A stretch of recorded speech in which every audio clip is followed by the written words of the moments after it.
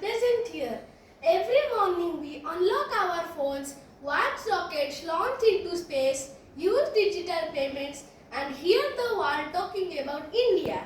Have you ever wondered how our country reached this point? The answer is freedom. Today, as we celebrate the 80th Independence Day, we proudly remember the brave men and women who sacrificed everything so that we could live in a free India. Our freedom fighters dreamed of an India which was not only independent but also educated, strong, and respected across the world.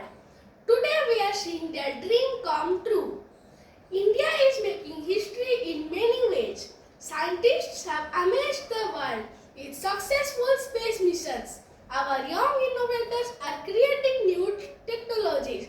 Our soldiers are protecting our borders day and night.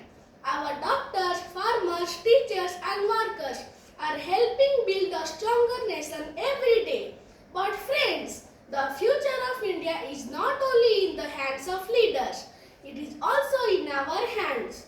Every time we study honestly, respect others, keep our surrounding clean, plant trees, save water, and use technology wisely, we make India stronger. As our Honorable Prime Minister says, Sabka Saath, Sabka Vikas, Sabka Prayas. This means that together every citizen can contribute to the progress of our country. Dr. APJ Abdul Kalam inspired us by saying, dream is not which you see while sleeping. It is something that does not let you sleep. So, let us dream of an India which is independent, clean, green, united, innovative, and educated.